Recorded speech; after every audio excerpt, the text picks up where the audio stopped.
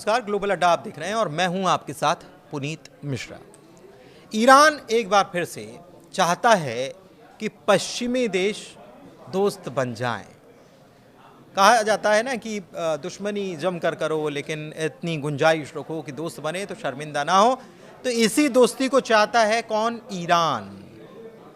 अरसे बाद ईरान के विदेश मंत्री पहुंचे हैं, यूरोपीय नेताओं से बात करने के लिए जा रहे हैं। और मकसद क्या है? कैसे भी यूएन सिक्योरिटी काउंसिल में प्रतिबंधों से बचा जाए।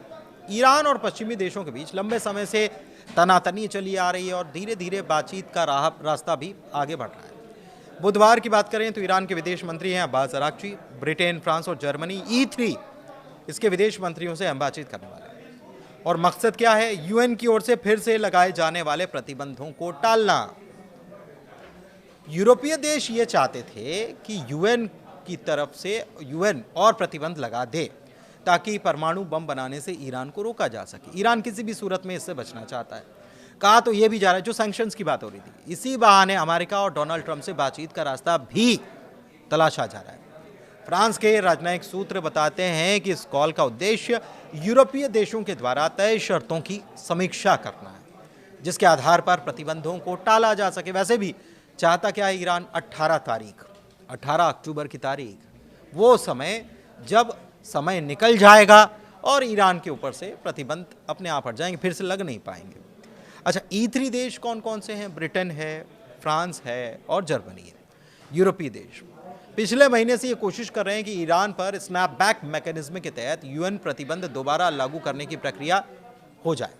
ये प्रतिबंध 2015 की परमाणु संधि के तहत हटाए गए थे, जिसे अमेरिकी राष्ट्रपति डोनाल्ड ट्रंप ने 2018 में तोड़ा। वो खुद बाहर हो गए। ईरान बार बार ये दावा करता है कि उसका परमाणु कार्यक्रम शांतिपूर्ण उद्देश्यों के लिए है और वो सिर्फ ऊर्जा और चिकित्सा शोध जैसे कामों के लिए यूरेनियम का एनरिचमेंट कर रहा है।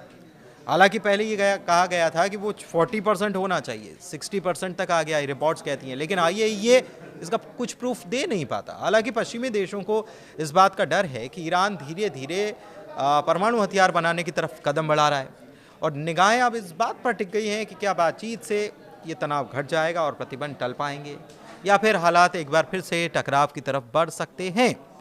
IAEA के साथ नई शुरुआत भी कोशिश की जा रही है। बीते हफ्ते की बात है, ईरान और IAEA के राफेल ग्रॉसी जो हैं, इनके बीच परमाणु सहयोग बहाल करने पर सहमति बनी और निरीक्षण पर सैद्धांतिक सहमति बनी। IAEA बहुत खुश हो गया। फिर बाद में ईरान की तरफ से कहा गया कि ठीक है, खुश हुई, अच्छी बात है, लेकिन अभी और बैठकें करनी बाकी हैं, अभी बहुत चीज़ें रिव्यू करनी बाकी हैं, तो सीधे आपको एंट्री नहीं मिल रही है, ये आप मुखालते दूर कर लीजिए, ये ईरान की तरफ से कह दिया गया था। और प्रमुख मांग यही थी कि ईरान पर प्रतिबंधों की प्रक्रिया को आगे न बढ़ाया जाए। दरअसल जून में अमेरिका और इजराइल ने ईरान के परमाणु ठिकानों पर हमले किए थे और आरोप था कि ईरान परमाणु हथियार बनाने की क्षमता के बेहद करीब पहुंच चुका है, कभी भी हथियार बना सकता है। बाद में IAEA ने कहा कि नहीं, ऐसा नहीं कर रहा था। अब IAEA ने कहा कि करीब पहुंच चुका है। क्या कर लिया उन्होंने, हमको मालूम नहीं। तो IAEA की तरफ से जो इंस्पेक्शन था वो बंद करा दिया गया। ईरान की तरफ से हालात और बिगड़े। यूरोपीय देश चेते और उन्होंने कहा है कि ईरान को पारदर्शिता दिखानी चाहिए।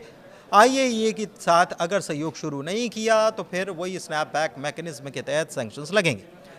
ईरान की उम्मीद और चेतावनी दोनों देखी है। ईरान ने बुधवार को यूरोपीय देशों से सकारात्मक रवैये और सद्भावना की अपील की है, यानी पॉजिटिव एटीट्यूड रखिए सर। ईरान के विदेश मंत्रालय के प्रवक्ता इस्माइल बाघई कहते हैं कि अगर कुछ यूरोपीय पक्ष शिकायत करते हैं और कहते हैं कि ये काफ़ी नहीं है, तो इसका मतलब ये है कि वो IAEA को ही स्वीकार नहीं कर रहे हैं, क्योंकि हम तो IAEA से बात कर रहे हैं और हमें उम्मीद है कि आज और आगे होने वाले संवाद से सभी नतीजे पर पहुंचेंगे कि तनाव बढ़ाना किसी के हित में नहीं है। धन्यवाद।